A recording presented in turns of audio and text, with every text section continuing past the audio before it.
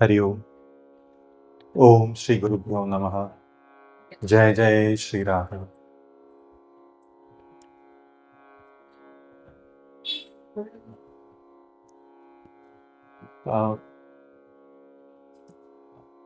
ഞാൻ ഇത്ര അർഹനാണെന്ന് എനിക്കറിയില്ല, പക്ഷെ നാരായണദാസ് ശ്രമിക്കുകയാണ്.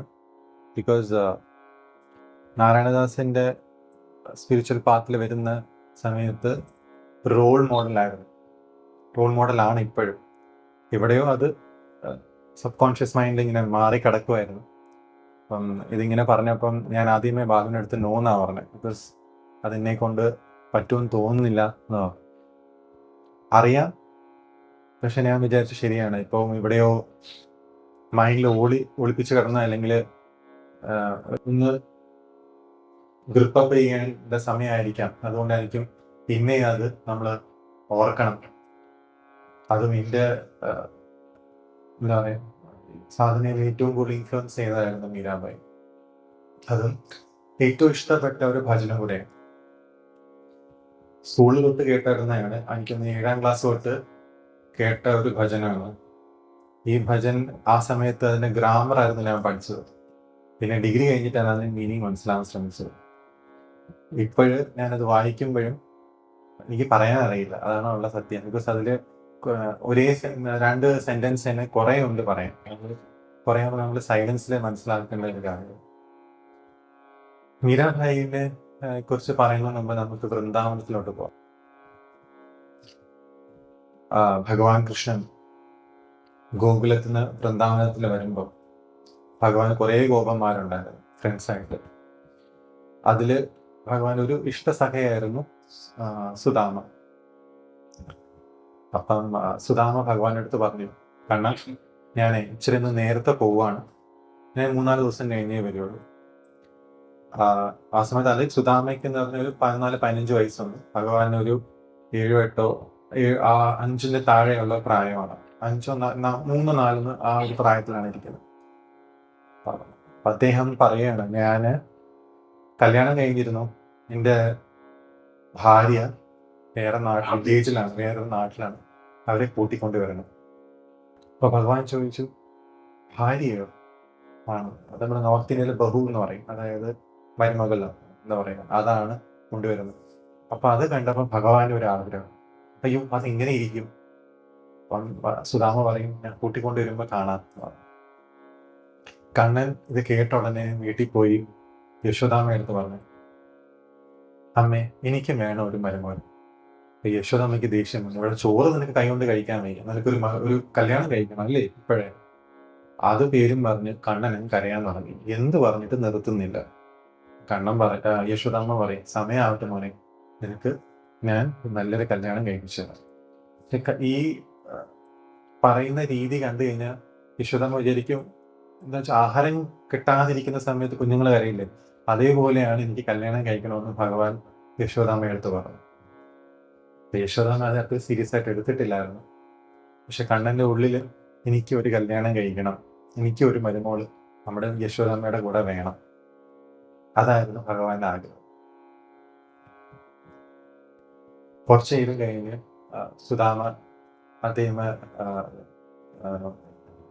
അദ്ദേഹത്തിന്റെ വൈഫിന്റെ വീട്ടിൽ പോവാണ്. വൈഫിന്റെ പേര് മാധവി എന്നാണ്. മാധവി. അപ്പം അതായത് ഇത് നടക്കുന്ന സമയം എന്ന് വെച്ചാൽ ആ സമയത്ത് ഭഗവാൻ ജനിച്ചിട്ടില്ലായിരുന്നു. ഇവർക്ക് പ്രായം കൂടുതലുണ്ട്. അപ്പൊ അത് നമ്മുടെ മനസ്സിൽ കാണണം. ഭഗവാന് ഇഷ്ടംപോലെ ഫ്രണ്ട്സ് ഉണ്ടെങ്കിൽ പല ഗ്രൂപ്പിലുള്ളായിരുന്നു. നമ്മൾ ഗോപികമാരെ കാണുമ്പോൾ ആലോചിക്കുക, 6 വയസ്സ് തൊട്ട് 80 വയസ്സ് വരെ ഗോപികമാരുണ്ടായിരുന്നു. അവരെല്ലാം ഗോപികമാരായിരുന്നു. അതേപോലെ ഭഗവാന്റെ ഫ്രണ്ട്സ് എന്ന് പറയുന്നത് 5 വയസ്സ് തൊട്ട് ഒരു 40-50 വയസ്സ് വരെയുള്ള കൗഹേർട്സ് ആയിരുന്നു. കൗഹേർട്സ് കൈ പശുക്കളിൽ നയിക്കുന്ന ഗോപന്മാരായിരുന്നു. അപ്പൊ ഈ സുദാമ വൈകിട്ട് മാധവിനെ കൂട്ടിക്കൊണ്ടു പോവാണ്. അപ്പം വൈകുന്നേരം ആകുമ്പോൾ കാളവണ്ടിയിലാണല്ലോ കൊണ്ടുവരുന്നത്. പോകുന്നതിന് മുമ്പേ മാധവിയുടെ അമ്മ മാധവിന്റെ അടുത്തൊരു കാര്യം പറയും, എന്ത് വെച്ചാലും നീ നിന്റെ മുഖം കൃഷ്ണൻ എന്ന് പറഞ്ഞ വ്യക്തിയെ കാണിച്ചു പോലെയുണ്ട്. ഇപ്പൊ മാധവി ചോദിക്കാതെന്താ, നിനക്കറിയത്തില്ലേ വൃന്ദാവനത്തെ പെണ്ണുങ്ങളുടെ അവസ്ഥ? അറിഞ്ഞോ അറിയാതെയോ നീ നിന്റെ മുഖം കൃഷ്ണന് കാണിച്ചു, നീ നിന്റെ ഭർത്താവിൽ അകന്നു പോയി എന്നാണ് അർത്ഥം എന്ന് പറയും. ഞാൻ പറയുന്നത് കേൾക്കുക. അമ്മമാര് പറയുന്നതല്ലേ പിള്ളേർ കേൾക്കത്തുള്ളൂ. അപ്പം നിന്റെ മുഖവും കണ്ണും ആ കൃഷ്ണന്റെ അടുത്ത് പോവരുത്. ഇത് കർശനമായി മാധവിയുടെ അമ്മ പറയും. അത് അതേപോലെ അനുസരിക്കാൻ വേണ്ടി ഒരു സമ്മർദ്ദം കൊടുത്തിട്ട് മാധവി വീട്ടിൽ നിന്ന് വെളിയിറങ്ങും. കാളവണ്ടി കയറി ഭർത്താവിൻ്റെ കൂടെ വൃന്ദാവനത്തിലൂടെ യാത്ര ചെയ്യും. രാവിലെയായി വൃന്ദാവനത്തിലോട്ട് എത്തി. അപ്പൊ കണ്ണിന് ഓടി വരുവാണ് സുധാമൻ മരുമോളെ കാണാൻ വേണ്ടി. സുധാമയെ കൂട്ടാൻ എവിടെ നിന്റെ ഭാര്യ, എനിക്കൊന്ന് കാണണമല്ലോ, കാണിച്ചു തരാമല്ലോ. കണ്ടാൽ തന്നെ കാളവണ്ടിയിൽ പുറകിലുണ്ട്.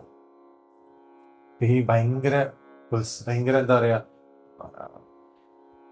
ആൻസൈറ്റി ആയിരുന്നു ആ പെൺകുട്ടിയെ കാണാൻ. കൃഷ്ണനാണെന്ന് അറിഞ്ഞ ഉടനെ മാധവിയുടെ മുഖവും എന്താ പറയാ, നോർത്തിലൊക്കെ ദുപ്പട്ട വെച്ചിട്ട് കവർ ചെയ്യും, ഫുൾ അങ്ങ് കവർ ചെയ്യും.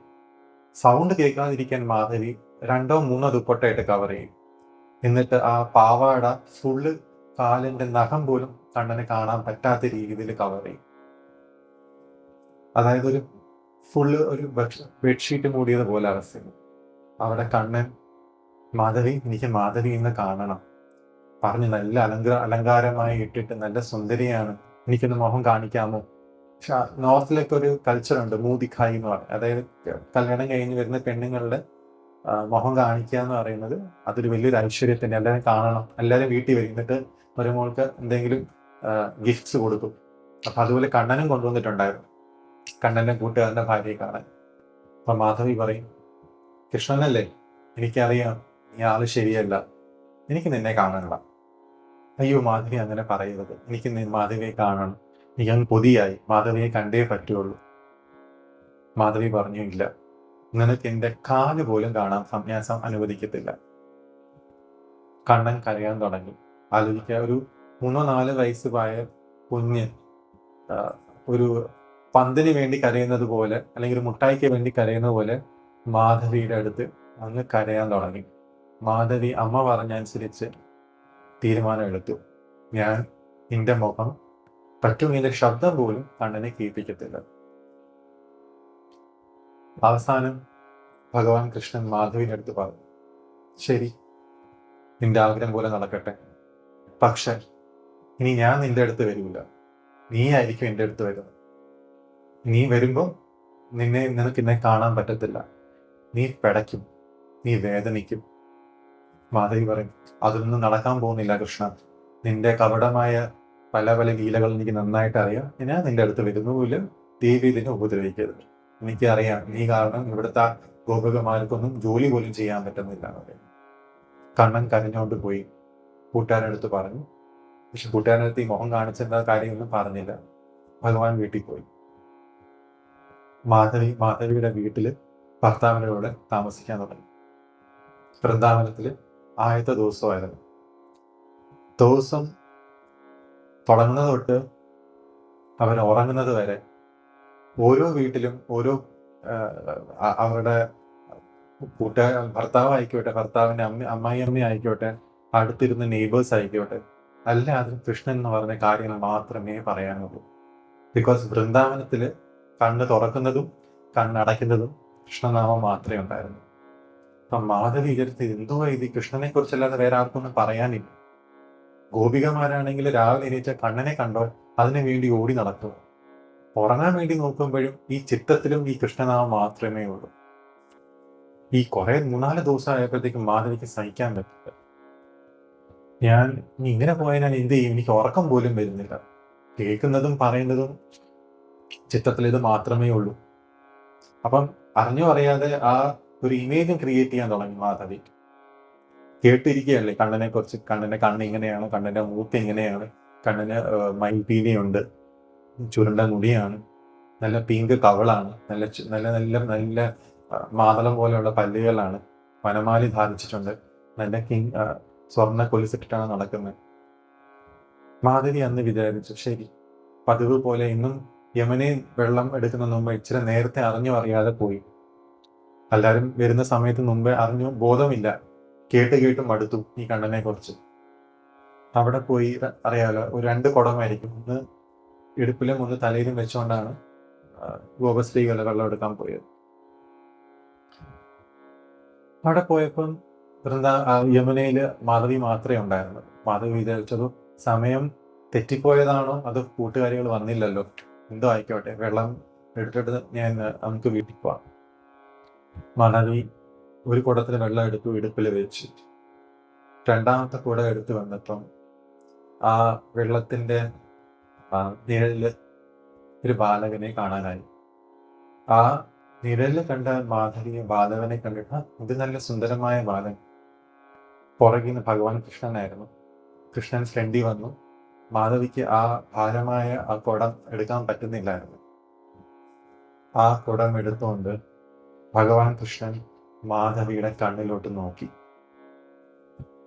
മാധവി നോക്കിയില്ല.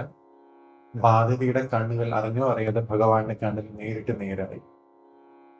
അത് കഴിഞ്ഞ് കൃഷ്ണൻ ചിരിച്ചിട്ടൊരു പോക്ക് പോയി. മാധവി സ്റ്റക്കായിരുന്നു. അത് കല്ല് പോലെ അനങ്ങിയിട്ടില്ല. ആ മൂമെന്റ് മാധവി ക്യാപ്ചർ ചെയ്തു. ഒരു ഷോക്ക് അടിച്ചതുപോലെ മാധവി അതേ അവസ്ഥയിലായി. മാധവിക്ക് ആ മൂമെന്റ്, ആ ഒരു നിമിഷമല്ലാതെ വേറെ ഓർമ്മ വന്നില്ല. ആ നിമിഷത്തിലെ ഭഗവാന്റെ കണ്ണുകൾ, ആ ചിരി, ആ മയിൽപീലി, ആ ചുരുണ്ട മുടി, വനമാലിയുടെ സുഗന്ധം, ചന്ദനം ദീപത്തിന്റെ സുഗന്ധം, അത് മാത്രമേ മാധവിക്ക് ഓർമ്മ വരുന്നുള്ളൂ. കുറച്ചു നേരം കഴിയുമ്പോൾ ഗോപസ്ത്രീകൾ എത്തി. അവരെല്ലാരും കൊണ്ട് ചിരിക്കാൻ തുടങ്ങി. ആരെയാണ് കുറ്റം പറഞ്ഞുകൊണ്ടിരുന്നത്, അവൾക്ക് അതേ അവസ്ഥയായല്ലോ. നമ്മളെ കുറ്റം പറയുമായിരുന്നു, കൃഷ്ണനെ കുറിച്ച് പറയും, ഇവൾക്ക് ഇതേ അവസ്ഥ വന്നല്ലോ, ഇവൾക്ക് ഇനി എന്താ ചെയ്യാൻ പറ്റുക? ഈ അവസ്ഥ കണ്ടിട്ട് ചില ഗോപികമാര് പറയും, നമുക്ക് ഇതിന് പരിഹാരം ഉണ്ടാക്കിയല്ലേ പറ്റുള്ളൂ. ബിക്കോസ് സാധാരണ ഗോപികമാര് ഇങ്ങനെ കണ്ണനെ കണ്ട് ഷോക്ക് അടിക്കും, കുറച്ചു നേരം കഴിഞ്ഞ് മാറും. ഇത് 1 മണിക്കൂർ കഴിഞ്ഞിട്ടും മാധവി അവിടെ നിന്ന് അനങ്ങിയിട്ടില്ല. ഭഗവാൻ കൃഷ്ണൻ അടുത്ത് പോയി. എന്നിട്ട് പറഞ്ഞു, കണ്ണ, നീ ഇന്ന് രാവിലെ മാധവിയെ കണ്ടായിരുന്നോ? കണ്ണൻ ചോദിച്ചു, ഏത് മാധവി? അത് നമ്മുടെ സുധാമയുടെ ഭാര്യ, ഈ ഇടയ്ക്ക് വന്നതേ ഉള്ളൂ വൃന്ദാവനത്തിൽ. ആ മാധവി. എനിക്ക് അറിയത്തില്ലായിരുന്നു മാധവിയാണെന്ന്. ഞാൻ കണ്ടായിരുന്നല്ലോ. അവള് എല്ലാ അബോധാവസ്ഥയിലാണ്. നീ ഒന്ന് ഹെൽപ്പ് ചെയ്യണം. ബിക്കോസ് അവിടുത്തെ ഒരു ചടങ്ങായിരുന്നു വൃന്ദാവനത്തില്. ഗോപികമാർക്ക് രാവിലെ എന്നെ കണ്ണനെ കാണാൻ വേണ്ടി ബോധമില്ലാതെ കിടക്കും. എന്നിട്ട് കണ്ണൻ അങ്ങോട്ട് വന്നിട്ട് അവരെ ചെവിയിൽ പറയും, മതി നിന്റെ നാടകം, നീ എണീറ്റു. അതായിരുന്നു ചെയ്തുകൊണ്ടിരുന്നത്. അതുകൊണ്ടാണ് ഗോപികമാർ വിചാരിച്ചു ഇവൾക്ക് അതുപോലത്തെ ഒരു അവസ്ഥയായിരിക്കും മാധവിക്കും. അപ്പം മാധവി നമുക്ക് ഭഗവാൻ വന്നിട്ട് ചിലപ്പം ചെവിയിൽ എന്തെങ്കിലും പറയോ അല്ലെങ്കിൽ എന്തെങ്കിലും ചെയ്തു കഴിഞ്ഞാൽ മാധവിക്ക് എന്താ പറയാ, ഏതവസ്ഥയിലായിരുന്നു നേരത്തെ ഉണ്ടായിരുന്നത് തിരിച്ചു വന്നോളൂ. പക്ഷെ മാധവിയാണെന്ന് അറിഞ്ഞിട്ട് ഭഗവാൻ പറയും, ഇല്ല ഗോപികമാരെ, ഞാൻ മാധവിയെ കാണാൻ പോകത്തില്ല. I will not go. എനിക്ക് മാധവിയെ കാണണ്ട എന്ന് പറഞ്ഞിട്ടും ഗോപസ്ത്രീകൾ പറഞ്ഞിട്ടും മാധവിയെ കാണാൻ ഭഗവാൻ പോയില്ല. പക്ഷെ മാധവി പിന്നെ ഇപ്പോഴാണ് കുറെ നേരം, മണിക്കൂറുകൾക്ക് ശേഷമാണ് മാധവി തിരിച്ച് ആ ഒരു കോൺഷ്യസ് ലെവലിൽ മാധവി വന്നത്. മാധവി വന്ന ഉടനെ കൃഷ്ണനെ തിരക്കാൻ തുടങ്ങി. ഇവിടെ കൃഷ്ണൻ, നീ കാണണം. ആരെയാണോ മുഖം കാണിക്കത്തില്ല എന്ന് പറഞ്ഞത്, ആ കൃഷ്ണനെ കാണണം എന്ന് മാധവി വാശി പിടിക്കും. അപ്പൊ ഗോപികമാര് പറയും, ഇല്ല കൂട്ടുകാരി, കണ്ണൻ പറഞ്ഞു നിന്റെ മുഖം കാണത്തില്ല എന്ന് പറയും. കാണാൻ സമ്മതിക്കത്തുമില്ല. നീ കണ്ണനെ കാണത്തില്ല എന്ന് പറഞ്ഞില്ലേ, അതുകൊണ്ട് കണ്ണൻ ഇനി നിന്റെ മുഖം കാണത്തില്ല എന്ന് പറയും. പക്ഷെ ഇത് മാധവിക്ക് സഹിക്കാനായില്ല. ഓരോ നിമിഷം മാധവി ജീവിക്കുകയാണോ മരിക്കുകയാണോ എന്നറിയില്ല. അതായത് കാണാനൊന്നും ആഗ്രഹമുണ്ട്, പക്ഷെ കാണാൻ പറ്റുന്നുമില്ല. മാധവിയുടെ അവസ്ഥ ജീവിക്കുകയാണോ മരിക്കുകയാണോ എന്നും അറിയില്ല. ആ ഒരു അവസ്ഥയിലായിരുന്നു മാധവി പോയിക്കൊണ്ടിരുന്നത്. ഇപ്പം അതിനുശേഷം 7 വയസ്സ് ആവാറായി. അപ്പോഴാണ് ഭഗവാന്റെ ഗോവർദ്ധന ലീല നടക്കുന്നത്. നമുക്കറിയാം എന്താണ് സംഭവിക്കുന്നത്. ഗോവർദ്ധന പർവ്വതം എടുക്കുമ്പോ എല്ലാ വൃജവാസികളെല്ലാം ആ പർവ്വതത്തിനടിയിലാണ് ശരണം പ്രാപിക്കുന്നത്. ആ ഒരു അവസരം കണ്ടപ്പോൾ വേറൊരു ഗോപിക സ്ത്രീ ഇപ്പം മാധവിന്റെ അടുത്ത് പറഞ്ഞു, അല്ലാത്ത സമയമാണെങ്കിൽ നിനക്ക് കാണാൻ ഭഗവാൻ അനുവദിക്കത്തില്ല. ഒരു സാഹചര്യം കൃഷ്ണൻ കൊടുത്തില്ലായിരുന്നു മാധവിക്ക്, നേരിട്ട് കാണാനോ കേൾക്കാനോ ഒന്നും. മാധവി ഇത്ര ശ്രമിച്ചിട്ടും ആലോചിച്ച് നോക്കുക, തൊട്ടടുത്ത് നിൽക്കുകയാണ് ഭഗവാൻ കൃഷ്ണൻ വൃന്ദാവനത്തിൽ. എന്നിട്ട് പോലും മാധവിക്ക് കാണാൻ പറ്റി. ആ സമയത്ത് ആലോചിക്കുക, ഓരോ ഗോപശ്രീമാരും കൃഷ്ണനെ കുറിച്ച് മാത്രമേ പറയുന്നുള്ളൂ. പക്ഷെ മാധവിയുടെ അവസ്ഥ ആലോചിക്കുക, കണ്ണനെ കാണാൻ പറ്റുന്നില്ല. അപ്പം ഗോവർദ്ധന ലീല വന്നപ്പം മഴയും കാറ്റും ഒക്കെ ആയിരുന്നപ്പം അപ്പൊ ഒരു ഗോപശ്രീ പറഞ്ഞു, എന്തായാലും ഭഗവാൻ എല്ലാവരും അവിടെ വിളിച്ചേക്കുവാണ് രക്ഷപ്പെടാൻ. അപ്പൊ എന്തായാലും നിനക്ക് ഭഗവാനെ കാണാൻ പറ്റും. ബിക്കോസ് എല്ലാവരുടെ സെന്ററിൽ ഇരിക്കുകയാണല്ലോ കൃഷ്ണൻ. ഒരു കൊച്ചു വിരലില് ഗോവർദ്ധന പർവ്വതം വയ്ക്കുക, അതിനടിയിലാണ് എല്ലാ വ്രജവാസികള് നിന്നോണ്ടിരുന്നത്. അതൊരു 7 ദിവസം ഉണ്ടായിരുന്നു. സോറി, ഭഗവാൻ അന്ന് 8 വയസ്സായിരുന്നു. 7 ദിവസം അത് നീണ്ടു നിന്നു. മാധവി ഏറ്റവും ബാക്കിൽ നിൽക്കുകയാണ്. എത്രയോ വ്രജവാസികളുടെ ഇടയ്ക്ക് കയറി ഭഗവാനെ കാണാൻ ശ്രമിക്കുകയാണ്. ഇങ്ങനെ നോക്കിയിട്ടും ഭഗവാനെ കാണാൻ പറ്റുന്നില്ല. ഏതോ ഒരു നിമിഷത്തിൽ, ഒരു മൈക്രോ സെക്കൻഡ്, ഭഗവാന്റെ കണ്ണുകൾ മാധവിയുടെ അടുത്ത് വന്നു. എന്നിട്ട് മാധവി അറിയാതെ പറഞ്ഞുപോയി, ഭഗവാനെ എത്രയോ 2-3-4 വർഷമായി എനിക്കറിയാം താങ്കൾ ആരാണ്. എനിക്കിന്നെ ഭഗവാനെ, താങ്കളെ എനിക്കൊരു മുഖം കാണണം. അന്ന് കണ്ടതാ, എനിക്കിപ്പോൾ ഓർമ്മ പോലും ഇല്ല നിങ്ങൾ ഇങ്ങനെയാണ്. ഒരേ നാട്ടിലായിട്ട് പോലും എനിക്ക് താങ്കളെ കാണാൻ പറ്റിയില്ല. എനിക്ക് ഒന്ന് കാണിച്ചു തരാമോ? കൃഷ്ണൻ പറയും, നോ, സമയമായിട്ടില്ല. അന്ന് ഞാൻ നിന്റെ ഫ്രണ്ടിൽ വന്നായിരുന്നു, നീ എനിക്ക് നിന്റെ മുഖം കാണിച്ചില്ലായിരുന്നല്ലോ. ഭഗവാനെ, എനിക്ക് മാപ്പ് നൽകൂ. നിന്റെ അമ്മ പറഞ്ഞ് ഞാൻ അറിയാതെ കേട്ടുപോയതാണ്. ഇനി അതുപോലെ ഉണ്ടാകത്തില്ല. അപ്പോഴും ഭഗവാൻ പറഞ്ഞു, you will have to wait for 1 yug. ഒരു യുഗം നിനക്ക് വെയിറ്റ് ചെയ്യേണ്ടി വരും. അപ്പം നമുക്ക് കാണാം. ആ ഒരു മൈക്രോ സെക്കൻഡിൽ കണ്ണ് മാത്രമാണ് മാധവിക്ക് ആ ഒരു മഴയിലും കാറ്റിലും ആ ഗോവർദ്ധന ലീലയില് നടന്നത്. അപ്പൊ ആലോചിക്കുക, പിന്നെ നമ്മൾ അറിയാം, ഗോപശ്രീകളൊക്കെ പിന്നെ ഭഗവാൻ അവിടുന്ന് പോയി മഥുരയിൽ ശേഷം ദ്വാരകയിലായിരുന്നു ഉണ്ടായിരുന്നത്. ഭാഗവതത്തിലും മഹാഭാരതത്തിലും കേട്ട് കഴിഞ്ഞാൽ അവസാന നിമിഷമാണ് ഗോപശ്രീകളെല്ലാം ഭഗവാനെ കാണാൻ പോകുന്നത്. അപ്പോഴും മാധവി കൃഷ്ണനെ കണ്ടില്ല. വയസ്സായി കൃഷ്ണന്റെ സ്മൃതികളിൽ ഇരുന്ന് മാത്രമായിരുന്നു മാധവിയുടെ മരണം. അങ്ങനെ മാധവിയുടെ അന്ത്യമുണ്ടായി. ഇതേ മാധവിയാണ് മീരയായിട്ട് 16th സെഞ്ചുറിയിൽ ജനിക്കുന്നത്. ഇത് മീര ചരിത്രത്തിൽ എഴുതി വെച്ച കഥകളാണ്. നമുക്ക് തോന്നാം ഇത് സത്യമാണോ, ബിക്കോസ് കുറെ പേര് ഇത് കേട്ട് കാണത്തില്ല. ഇപ്പം രാമകൃഷ്ണ പരമഹംസന്റെ ഗോസ്പൽസ് ഓഫ് രാമകൃഷ്ണ വായിച്ചാലും ശ്രീഹമ്മന്റെ ഓട്ടോബയോഗ്രഫി വായിച്ചാൽ നമുക്ക് അറിയാം, അവരുടെ പ്രീവിയസ് ബർത്തിനെ കുറിച്ച് പറയുന്നുണ്ട്. ചില സമയത്ത് നമ്മൾ ബുദ്ധി ഉപയോഗിച്ച് കഴിഞ്ഞാൽ നമുക്ക് അതിന് ഉത്തരം കിട്ടത്തില്ല. എന്താ പറയാ, അതിന്റെ മൈൻഡ് നമ്മളെ നന്നായിട്ട് കളിപ്പിക്കും. ഭഗവാൻ കൃഷ്ണൻ മധുരയിൽ വന്ന ശേഷം ഒരു ദിവസം ദേവകി അറിഞ്ഞോ അറിയാതെയാണ് വെണ്ണയും കൽക്കണ്ടവും വിളമ്പിയത്. അത് കണ്ട് ഭഗവാൻ കരയാൻ തുടങ്ങി വേറൊന്നുമല്ല, വൃന്ദാവനത്തിന് ഓർമ്മ വരാൻ തുടങ്ങി. അത് കണ്ട് ബലരാമനും കരയാൻ തുടങ്ങി. ഈ കരച്ചിൽ നിർത്തുന്നില്ല. അപ്പൊ ദേവകിയും വസുദേവൻ പറയും, ഉദ്ധവന്റെ അടുത്ത് കൊണ്ടുപോകും, പണ്ഡിതനാണ്, ഭഗവാന്റെ സഖാവാണ്, നീ പോയി ഒന്ന് ഇവരെ ഒന്ന് സമാധാനിപ്പിക്കുക. ഉദ്ധവൻ വിചാരിക്കുക, ഇതെന്തായി കൃഷ്ണൻ കൊച്ചു പിള്ളേരെ പോലെ കൊച്ചായിരുന്നു, ആലോചിക്കുക, ടീനേജിലോട്ടായി ആ സമയത്ത്.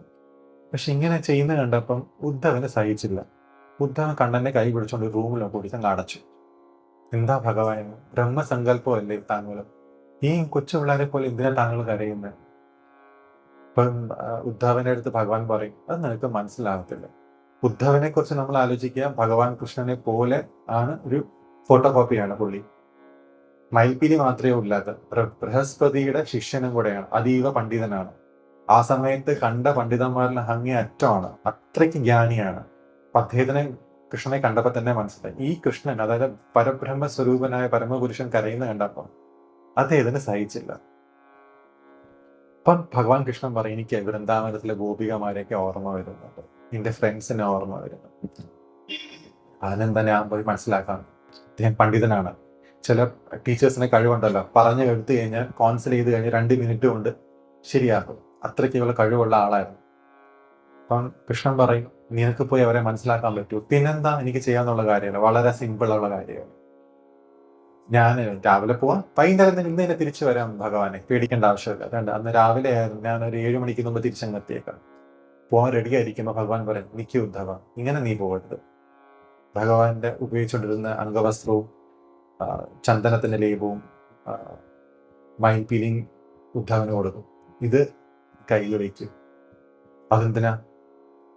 അല്ല, ഇതെടുത്തോണ്ട് പോയില്ലെങ്കിൽ നിന്നെ മൈൻഡ് പോലും ചെയ്യത്തില്ല. പക്ഷെ ഉദ്ധവൻ അത് മനസ്സിലായില്ല. ഉദ്ധവൻ രഥം എടുത്തിട്ട് മധുരയിൽ നിന്ന് വൃന്ദാവനത്തോട് യാത്രയാവുക. നമുക്കറിയാം, മധുര വൃന്ദാവൻ ഇപ്പൊ നമുക്ക് 4-5 കിലോമീറ്ററേ ഉള്ളൂ. ഇപ്പൊ നമ്മുടെ പണ്ടത്തെ സമയത്ത് രഥത്തിൽ പോയാൽ തന്നെ 1 മണിക്കൂർ കൊണ്ട് സുഖമായിട്ട് പോകാന്നേ ഉള്ളൂ. ദൂരെ നിന്ന് ആ വഴിയിൽ ഗോപികമാരും ഗോപന്മാരും ഇങ്ങനെ വെയിറ്റ് ചെയ്യുക. അവരെല്ലാ ദിവസവും വെയിറ്റ് ചെയ്യാണ്. കണ്ണൻ വരും, കണ്ണൻ വരും, കണ്ണൻ വരും. ദൂരെ നിന്ന് ഉദ്ധവനെ കണ്ടപ്പോൾ അവരെ കണ്ണനായിട്ടാണ് പ്രതീക്ഷിച്ചിരുന്നത്. ഉദ്ധവനെ കണ്ടുകൊണ്ട് ഉദ്ധവനെ മുഖത്ത് പോലും അവർ നോക്കില്ല. അവർ രഥത്തിൽ കൃഷ്ണനെയായിരുന്നു പ്രതീക്ഷിച്ചത്. ഉദ്ധവൻ പറയും, എനിക്ക് സന്ദേശമുണ്ട് നിങ്ങൾക്ക് എല്ലാവർക്കും തരാൻ. കൃഷ്ണൻ പറഞ്ഞതാ. ഓ, അപ്പം വരുന്നില്ലല്ലേ അവൻ, അപ്പൊ ഇന്നവൻ ചതിച്ചല്ലേ? ഇത് പറഞ്ഞ് ഗോപികമാരും ഗോപന്മാരും കരയാൻ തുടങ്ങി. അപ്പൊ ഉദ്ധവൻ വിചാരിച്ചു, എന്ത് ഇവർക്കൊക്കെ ഇങ്ങനെ, അവർക്ക് അതായത് ഉദ്ധവനെ നോക്കുന്നു പോലുമില്ല. ചിലവർക്ക് ഒരു അവരുടെ ശരീരത്തിൽ ഒരു ഓറയുണ്ടാവും. ഈ ഇത്രയും നല്ല ആ മണ്ഡലത്തിൽ കാണുന്ന ആൾ, ആ പേഴ്സണാലിറ്റി തന്നെ ഇത്രയോ പേര് മഴങ്ങിയതാണ്. പക്ഷെ ഗോപികമാരും ഗോപന്മാരൊന്നും മഴങ്ങുന്നില്ല. ഉദ്ധവൻ പറഞ്ഞു, ശരി, കുറച്ചേം കഴിയട്ടെ, എന്തായാലും നമുക്ക് ഇവരെ ശരിയാക്കാം. ഇച്ചിരി നേരം മുന്നോട്ട് പോകുമ്പോൾ ഒരു ഗോപശ്രീ, അതായത് നമ്മുടെ യമുനയില് അടുത്താണ് അവര് രഥം കൊണ്ട് ഇറക്കിയത്. ഒരു ഗോപശ്രീ വേറെ ഗോപശ്രീ എടുത്ത് പറയുക, എടി, നീ ഇന്നലെ കണ്ണനെ കണ്ടായിരുന്നല്ലോ സ്വപ്നത്തില്. ആഹാ, എന്ത് പറഞ്ഞു? അത് ഇന്നും വന്ന പോലെ എനിക്ക് ഒരു പുച്ഛം വെച്ചിട്ട് പോയി. എന്നിട്ട് ആ കാര്യങ്ങൾ പറഞ്ഞ് അവരെ ചിരിക്കുകയാണ്. വേറെ ഗോപശ്രീ പറയും, നീ കണ്ടോ? ഞാനും കണ്ടു. അതേ സ്ഥലത്ത് രാധാറാണീനെയും കണ്ടു. രാധയെ വെച്ച് ചോദിക്കും, നീ കണ്ടോ രാധെ കണ്ണനെ? ഓ, നിങ്ങൾക്കൊക്കെ ഭാഗ്യമുണ്ട്, എനിക്കാണെങ്കിൽ ഉറക്കമേ ഇല്ല, ഞാൻ ഇങ്ങനെ സ്വപ്നം കാണാനാണ്. വേറെ ഗോപശ്രീ വണ്ടിനെ നോക്കിയിട്ട് നിങ്ങൾ ഭഗവാനായി സങ്കല്പിച്ച് അതിനെക്കുറിച്ച്, പ്രണയത്തിനെ കുറിച്ച് പറയുന്നതാണ്. വേറെ ഗോപശ്രീയാണെങ്കിൽ കാലിൽ കാലിൽ മുറിവുണ്ടാവും. ഈ വേറെ ഗോപശ്രീ ചോദിക്കും, നിന്റെ കാൽ എന്താ ഈ മുറിവ്? ഓ, അത് ഓർമ്മയില്ലേ, അന്ന് നമ്മള് കളിച്ചോണ്ടിരുന്നപ്പോൾ ഭഗവാന്റെ നഖം നിന്റെ കാലിലും മുറിവ് വന്നായിരുന്നു. അത് ഇത്ര വർഷമായി. അല്ല, ആ മുറിവിനെ ഉണങ്ങിയിട്ടില്ല. കണ്ണന്റെ സ്മൃതികൾ ഇരിക്കട്ടെ. എനിക്ക് ഇന്നലെയും സ്വപ്നം വന്നായിരുന്നു. എല്ലാ ദിവസവും സ്വപ്നത്തിൽ ഭഗവാൻ എനിക്ക് മുറിവ് തരുമായിരുന്നു. ആ മുറിവ് ഉണങ്ങാനും സമ്മതിച്ചില്ല. ഇതെല്ലാം ഉദ്ധവൻ കാണുവാണ്. ബ്രഹ്മജ്ഞാനിയായ ഉദ്ധവൻ ഇവരുടെ ഫ്രണ്ടിൽ ഇരുന്ന് നമസ്കരിച്ചിട്ട് പോയി. പറയുന്നുണ്ട്, ഒരു രാവിലെ പോയിട്ട് വൈകുന്നേരം വരാമെന്ന് പറഞ്ഞ വ്യക്തി 6 മാസങ്ങൾക്ക് ശേഷമാണ് തിരിച്ച് മഥുരയിൽ പോയത് ഭഗവാനെ കാണാൻ. തിരിച്ചു വരുമ്പം ഒരു വാക്കിംഗ് വൃന്ദാവനായിട്ടായിരുന്നു ഭഗവാന്റെ ഫ്രണ്ടിൽ വന്നത്. ഒരു ഗോപികയായിട്ടാണ് വന്നത്. കണ്ണും നിറഞ്ഞ ആ ഭാവം കണ്ട് ഭഗവാൻ കെട്ടിപ്പിടിക്കുന്നു. അതായത് അദ്ദേഹം പറയും, എനിക്ക് എന്റെ വൃന്ദാവനത്തിനെ കെട്ടി. ഇപ്പം ചില കഥകളും ചില നമ്മൾക്കറിയാം, ഇപ്പൊ നേരത്തെ പറഞ്ഞ പോലെ മാധവി മുഖം കാണിച്ചില്ല. നമ്മളെല്ലാവരും ചെയ്യുന്നൊരു കാര്യമാണ്, ആരെയാണോ മുഖം കാണിക്കേണ്ടത് നമ്മൾ അവരെ കാണിക്കത്തില്ല. കാണിക്കേണ്ടാവാത്തവർക്ക് എല്ലാവർക്കും നമ്മൾ നമ്മുടെ മുഖം കാണിച്ചു. അത് നമ്മുടെ ഹ്യൂമൻ മൈൻഡിന്റെ ഒരു സ്വഭാവമാണ്. എത്ര പറഞ്ഞാലും കേൾക്കത്തില്ല. ഇപ്പം നമ്മുടെ ഭാഗവതവും മഹാഭാരതവും റിസർച്ച് ചെയ്യുന്ന ആൾക്കാരുണ്ട്. ഈ ടെക്സ്റ്റിനൊക്കെ റിസർച്ച് ചെയ്ത് കഴിഞ്ഞാൽ ഇപ്പം നമുക്കറിയാം, ഇപ്പം വാൽമീകി രാമായണം ആരെങ്കിലും ഡീറ്റെയിൽ ആയിട്ട് സ്റ്റഡി ചെയ്തിട്ടുണ്ടെങ്കിൽ ശബരിയുടെ കാര്യം പറയുന്നില്ല, ലക്ഷ്മണ രേഖയെ കുറിച്ച് പറയുന്നില്ല. ഇൻഫാക്ട് അവിടെ സീതയുടെ സ്വയംവരയെ കുറിച്ചും പറയുന്നില്ല. സീതാ സ്വയംവരം ഒന്നും നടന്നിട്ടില്ല. നമ്മൾ ടി വിയിലൊക്കെ കാണുന്ന പോലെ വാൽമീകി രാമായണത്തൊന്നും ഇല്ല. ചില സ്ഥലത്ത് പറയുന്നുണ്ട്, വാനരന്മാരുടെ അവര് വാല് മുറിച്ച് മാറ്റി വെക്കുമായിരുന്നു. ഇത് അവരെല്ലാം ഹയർ ഇവോൾവ് ബീയിങ്സ് ആയിരുന്നു, വാനരന്മാരല്ല.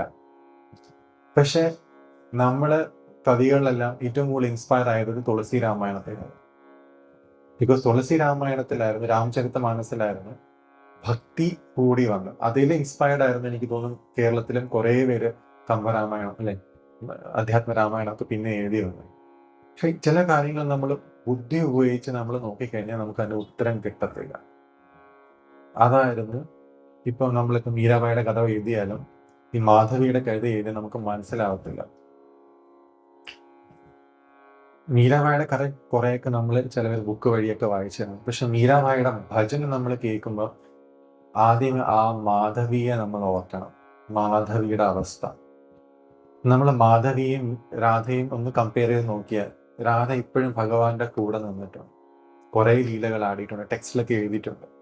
മാധവിയോ ഭഗവാനെ കണ്ടിട്ട് പോലുമില്ല.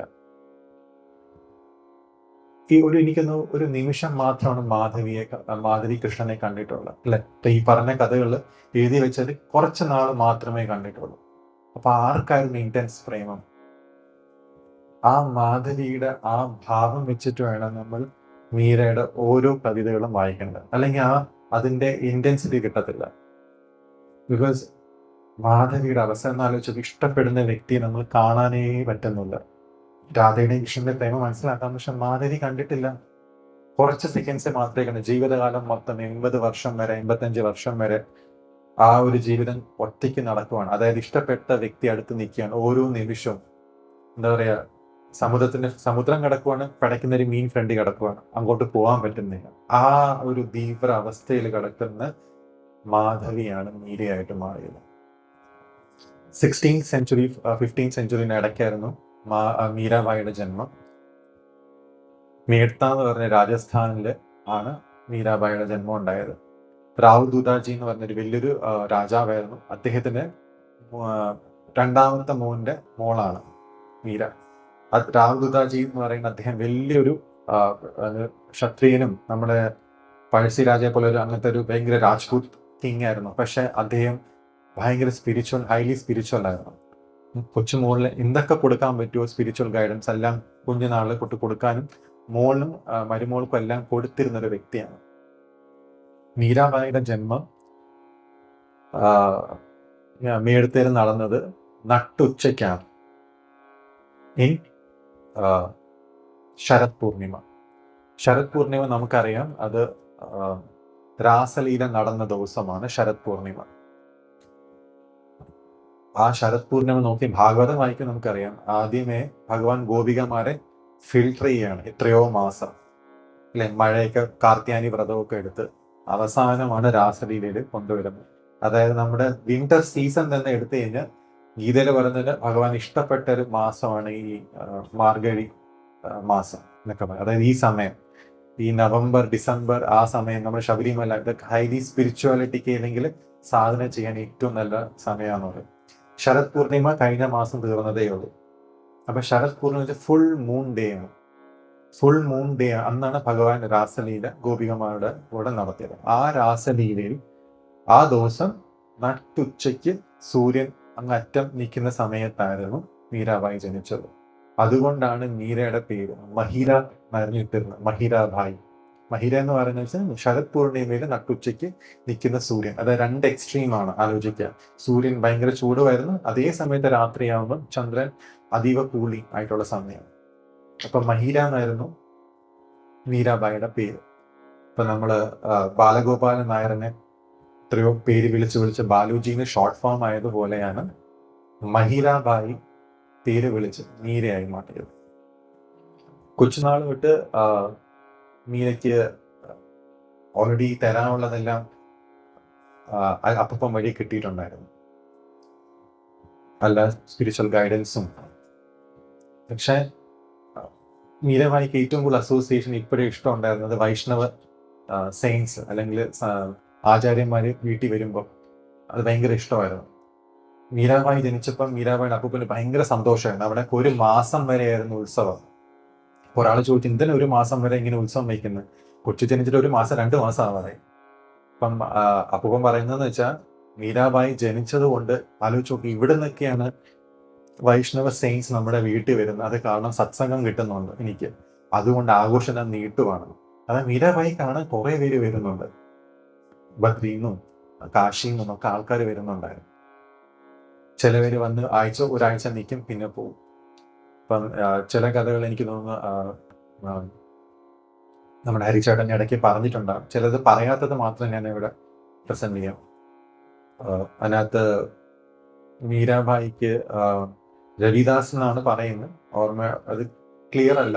റിട്ടൺ ഇത് രവിദാസ് ജി ആയിരുന്നു മീരാഭായിയുടെ ഫസ്റ്റ് ഗിരിധർ ഗോപാൽ എന്ന് പറഞ്ഞ ആ ഒരു വിഗ്രഹം മീരാഭായിക്ക് കൊടുക്കുന്നത്. അത് അദ്ദേഹത്തിന്റെ ഇഷ്ടമൂർത്തിയായിരുന്നു, കൊടുക്കാൻ പറ്റിയില്ലായിരുന്നു.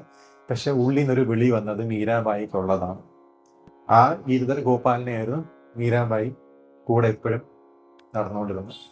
നമ്മളിപ്പോഴും ആലോചിക്കുക, ചില മീരാഭായിയുടെ ചില ഭജൻസ് കേൾക്കുമ്പോൾ മീരാ കി പ്രഭു ഗിരിധർ ഗോപാൽ എന്ന് പറഞ്ഞ് കാണാം. കുറെ വേറെ കവി ഇത് കാണുമ്പോഴും നമുക്ക് ഗിരിധർ ഗോപാലിനെ കാണാം. എന്തുകൊണ്ട് ഗിരിധർ ഗോപാലിനെ കാണണം എന്ന് പറഞ്ഞാൽ, മാധവി അവസാനം കണ്ടത് കൃഷ്ണനെ ഗിരിധരന്റെ രൂപത്തിലാണ്. ആ മറ്റേ നമ്മുടെ ഗോവർദ്ധന പർവ്വതനെ കുഞ്ഞു വരൽ നിൽക്കുന്ന അതായിരുന്നു മീരാഭായി കണ്ടിരുന്നത്. അതുകൊണ്ടാവാം ഓരോ പോയത്തിലും മീരാഭായി പറഞ്ഞുകൊണ്ടിരുന്ന ഗിരിധർ ഗോപാൽ എന്നാണ്.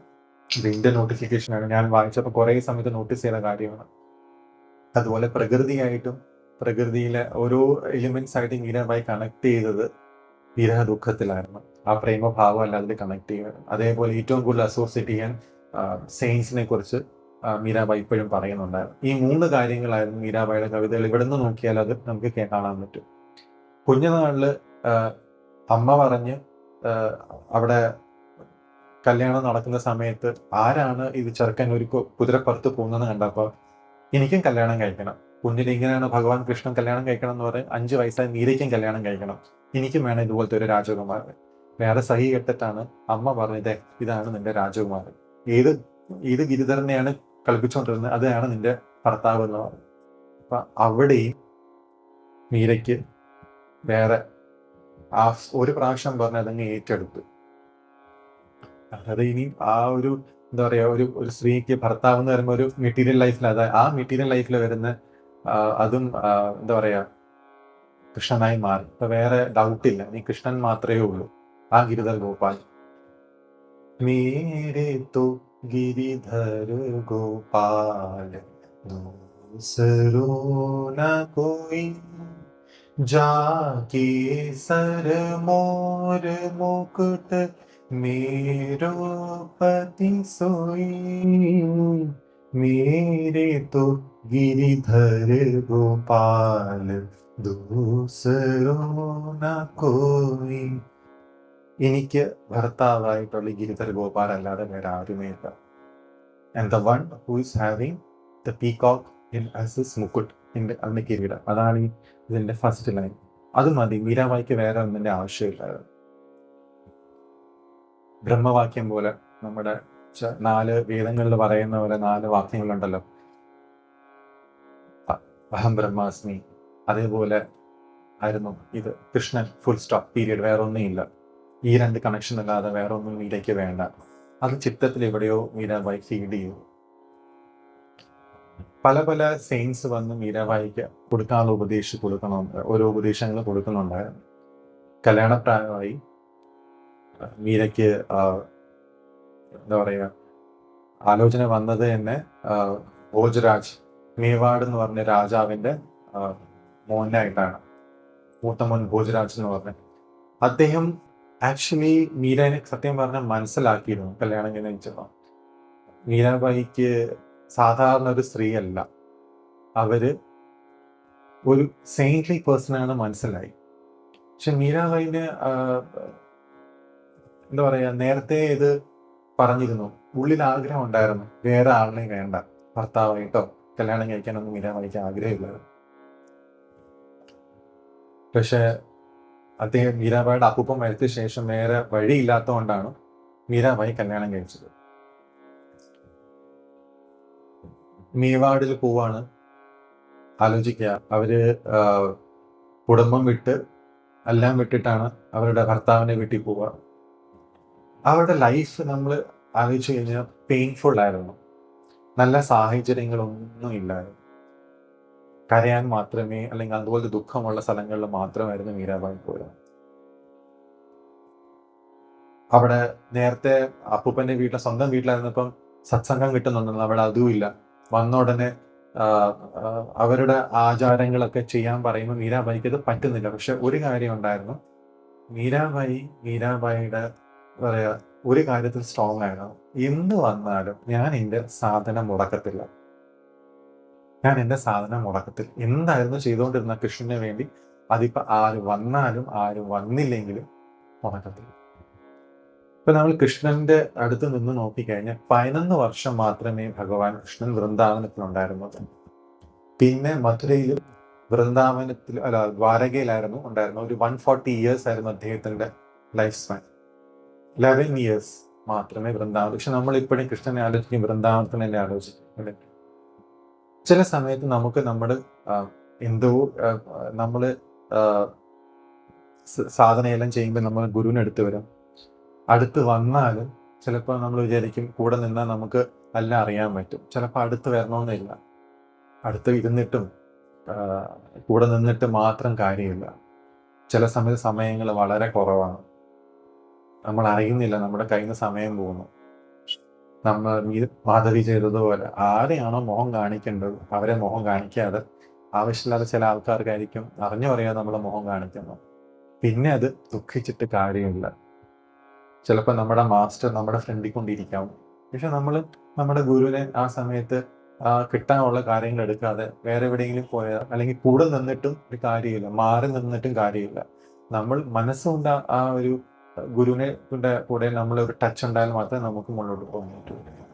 പക്ഷെ മീരാബായി എന്ത് വന്നാലും സ്ട്രോങ് ആയിരുന്നു. അവിടുന്ന് ഞാൻ മാറത്തില്ല, എൻ്റെ ആ ഒരു സിസ്റ്റം ഞാൻ മതിക്കത്തില്ല. അവിടെ പോയി മീരാബായിയുടെ വീട്ടുകാരൊക്കെ ആണെങ്കിൽ ദേവിയെ ആരാധിക്കാൻ പറയും. മീര അതിനെ നിഷേധിക്കും.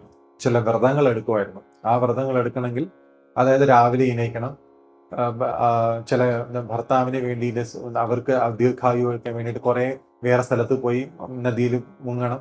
പക്ഷെ അത് ചെയ്യുമ്പം അദ്ദേഹത്തിന് സാധനം മുടങ്ങും. മീരാബായി സ്ട്രോങ് ആയിരുന്നു, ഞാൻ അത് ചെയ്യാം, പക്ഷെ ഇത് കഴിഞ്ഞിട്ട് മാത്രമേ ഞാൻ ചെയ്യത്തുള്ളൂ. അതിന് അന്നും അവർ അവസാന നിമിഷം വരെ മീരാബായി ഒരിക്കലും അതിന് വെള്ളം ചേർത്തിട്ടില്ല. ഭോജരാജ് കുറെ ശ്രമിച്ചു മീരാബായിയെ മാറ്റാൻ. പക്ഷെ മീരാബായി ഭോജരാജിനെ ആക്ച്വലി നന്നായിട്ട് ഇൻഫ്ലുവൻസ് ചെയ്തിരുന്നു. അദ്ദേഹം ഇത്രയും വലിയൊരു കിങ് ആണെങ്കിലും മീരാബായി ആരെന്ന് മനസ്സിലായി, ഏതോ ഒരു സെയിൻറ്റ്ലി പേഴ്സൺ ആണ്. പിന്നെ അവസാനം ഭോജരാജ് മീരാബിക്ക് ഒരു അമ്പലം പണിഞ്ഞു കൊടുക്കുകയാണ് ചെയ്യുന്നത് ആ കൊട്ടാരത്തിൽ. പിന്നെ ഒരു നിമിഷത്തിൽ മീരാബായിയുടെ ഹസ്ബൻഡും അമ്മായിയച്ഛനും അവർ യുദ്ധത്തിൽ പോകുമ്പോൾ അദ്ദേഹം കിടപ്പിലാവും. ആ കിടപ്പിലാവുന്ന സമയത്തും അദ്ദേഹം കുറെ പറയും, എനിക്ക് നിന്നെ മനസ്സിലാവുന്നില്ല, നീ ആരാണ്? മീരാബായി, ഞാനൊരു സാധകയാണ്. അപ്പം എനിക്ക് കാണാൻ പറ്റുമോ കൃഷ്ണനെ? താങ്കളുടെ ഉള്ളിൽ ഭക്തി ഉണ്ടെങ്കിൽ ഭഗവാനെ കാണാം. ആക്ച്വലി എഴുതിപ്പെടുന്നുണ്ട്, മീരാബായി സ്വന്തം ഭർത്താവിനെ ബ്ലസ് ചെയ്യാണ് ചെയ്യുന്നത്. ബ്ലസ് ചെയ്തിട്ട് അദ്ദേഹത്തിന് കൃഷ്ണത്തിന്റെ ഒരു ചൈതന്യം, ഒരു ചെറിയ ഒരു രൂപം കാണാൻ പറ്റിയായിരുന്നു. അത് സന്തോഷത്തോടെയായിരുന്നു അദ്ദേഹത്തിന്റെ മരണം. പിന്നെ ഭോജരാജിന്റെ കസിൻ റാണയായിരുന്നു അവിടെ രാജാവായത്. അദ്ദേഹത്തിന് ഈ സെയിൻസുകാരും ഈ പറയുന്ന പാട്ടും ഭജനും ഒന്നും ഇഷ്ടമല്ല. ഇപ്പൊ മീരയ്ക്ക് മനസ്സിലായി, മീര ഈ സ്ഥലം വിടാൻ സമയമായി, ഇനി ഇവിടെ നിന്ന് കഴിഞ്ഞാൽ പ്രശ്നമാണ്. ഇപ്പൊ മീര കാവ്യ വസ്ത്രമൊക്കെ കൊടുത്ത് ഇതെല്ലാം ഇപ്പം ചെയ്തുകൊണ്ടിരുന്ന കാര്യങ്ങളെല്ലാം എടുത്ത് മാറ്റി പോവാൻ റെഡിയായിരുന്നു. ഇനി ഇവിടെ നിന്നിട്ട് കാര്യമില്ല, നമുക്കിനി ഇവിടുന്ന് പോവാം. മീരാബായി അത് തീരുമാനം എടുക്കും. ഇതിനാ സെക്കൻഡ് സ്റ്റാൻസ് അതിനെ കണക്ട് ചെയ്ത് പറയും. छोड़ गई कुल की कहानी कहा कर ही कोई संतन दिख बैठ बैठ लोक लाज खोई असुवन जल सींच सींच प्रेम बेला बोई अब तो बेल फेल गई ആനന്ദ് ഫൽ പോയി. മീര പറയാണ്, ഇപ്പം പണ്ടത്തെ ആലോചിക്കുക, ആ സമയത്തൊക്കെ റാണിമാരും ഒക്കെ അവരൊക്കെ അകത്ത് ഒതുങ്ങി ജീവിക്കുന്നതാണ്. അപ്പൊ കുലത്തിന്റെ മര്യാദയൊക്കെ മീരാബായി കളഞ്ഞിരുന്നു. അതായത് ഈ സെയിൻസ് ഒക്കെ കൂടെ വരുമ്പോൾ, വൈഷ്ണവ സെയിൻസ് ഒക്കെ വരുമ്പോൾ മീരാബായി പാട്ട് പാടുമായിരുന്നു. ഏതെങ്കിലും ഒരു പാട്ട് പാടി ആരെങ്കിലും പാടുമ്പോൾ മീരാബായി സമാധിയിൽ പോവുമായിരുന്നു, ഡാൻസ് കളിക്കുമായിരുന്നു.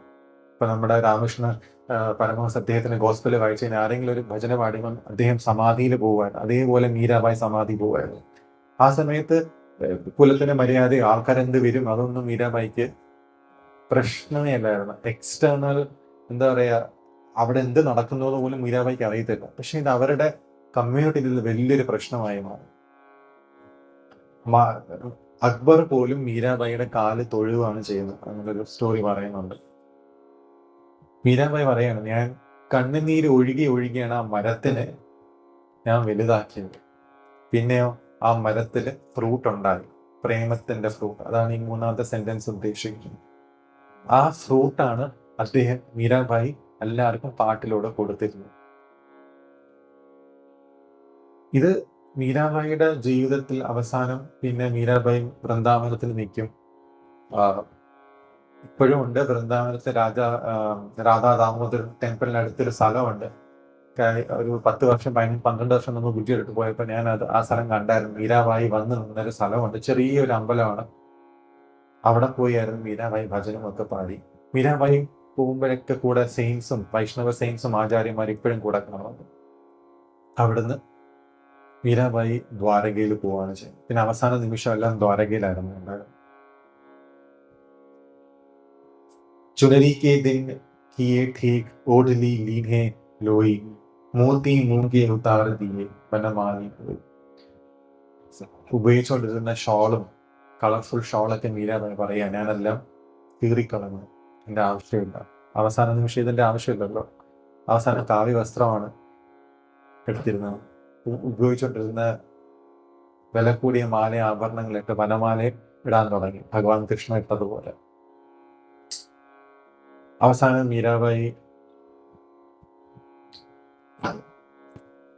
ദ്വാരകയിലെത്തും.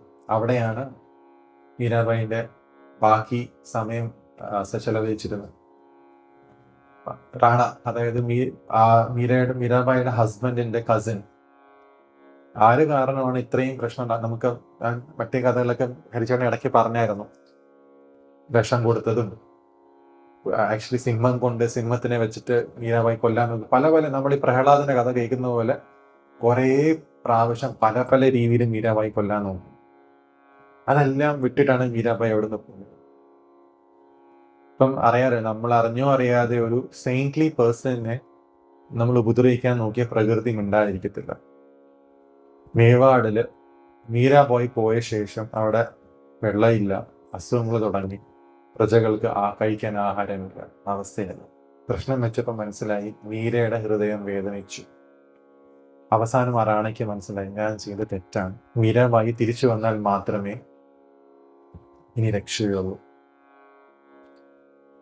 എല്ലാവരും റാണ മേവാടുന്ന ദ്വാരകയില് ആൾക്കാരെ അയക്കും മീരാബായി തിരിച്ചു കൊണ്ടുവരാൻ. അപ്പൊ നമ്മൾ ആലോചിക്കുക, എല്ലാം വിട്ടിട്ടാണ് ആരെയും ഉപദ്രവിക്കാതെ മീരാബായി ദ്വാരക ഇരിക്കുന്നത്. അവിടെയും വന്നിട്ട് അവരുടെ മെറ്റീരിയൽ ഗെയിമിന് മീരാബായിയെ പിന്നെ അങ്ങോട്ട് കൊണ്ടുവരിക. ശരിയല്ലേ?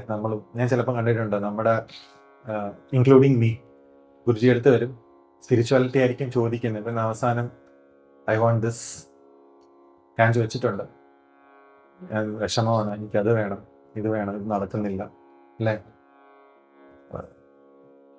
എന്താ പറയാ, ഭഗവാന്റെ അടുത്ത് പോയിട്ട് സ്വർണം ചോദിക്കുന്ന പോലെ, അത്തങ്ങ ചോദിക്കുന്ന പോലെ നമ്മൾ ചോദിക്കും. അപ്പൊ ആ മീരാബായിയുടെ അവസ്ഥ എന്ന് ആലോചിച്ച് നോക്ക്. എല്ലാം വിട്ടിട്ടാണ് ആരെയും ഉപദ്രവിക്കാതെ ദ്വാരകയിലെത്തി. അവിടെയും വരിക അവരുടെ രാജ്യം ശരിയാക്കാൻ വേണ്ടി. എന്നിട്ട് ചില പണ്ഡിതന്മാർ, നമ്മൾ ഇനി ആഹാരം കഴിക്കത്തില്ല, മീരാബായി താങ്കൾ വന്നാൽ മാത്രമേ പറ്റൂ. ഇപ്പൊ മീരാബായി പറയും, ഞാൻ ഇനി നിങ്ങുമില്ല, അല്ല നിങ്ങൾ വന്നേ പറ്റുമോ.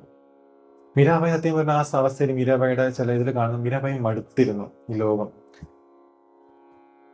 എന്നുവെച്ചാൽ അതേപോലെ ദുഃഖമായിരുന്നു മീരാബായി കണ്ടത്. പക്ഷെ അതിനെല്ലാം ഒരു ഈക്വലായി കണ്ട് മുന്നോട്ട് പോയിക്കൊണ്ടിരുന്നു. പിന്നെയും അവർക്ക് വേണ്ടി, അവർക്ക് സഹായിക്കാൻ വേണ്ടി പിന്നെയും വരുമ്പോൾ ഭഗവാനടുത്ത് ചോദിച്ചിട്ട് പറയാന്നുണ്ട്. അത് പറയുന്നത് മീരാബായിയുടെ അവസാനത്തെ ഒരു ഭജനാണ്. മീരാബായി ഭഗവാനടുത്ത് പറയും, तेरी मैं तो प्रेम दीवानी मेरो दर्द न जाने कोई, तेरी मैं तो प्रेम दीवानी. എല്ലാം ദുഃഖങ്ങളും എല്ലാം ഇതും വെച്ച് പിന്നെയും ഭഗവാന്റെ ഫ്രണ്ടിൽ പോയി, ഇനി അവർക്ക് വേണ്ടി ഇനി എന്താ ഭഗവാനെ ഞാൻ ചെയ്യേണ്ടത്? മീര മടുത്തിരുന്നു.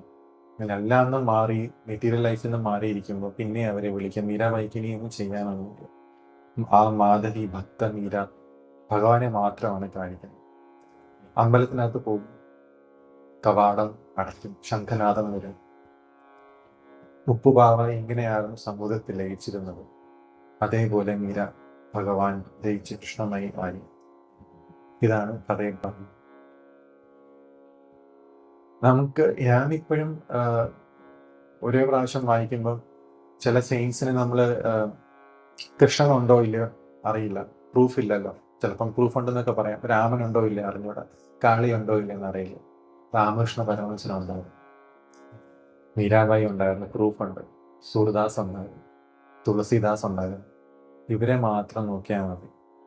മറ്റേവര് രാമനുണ്ടോ കൃഷ്ണനുണ്ടോ എന്ന് ഓട്ടോമാറ്റിക് നമ്മൾ അറിയാൻ പറ്റും.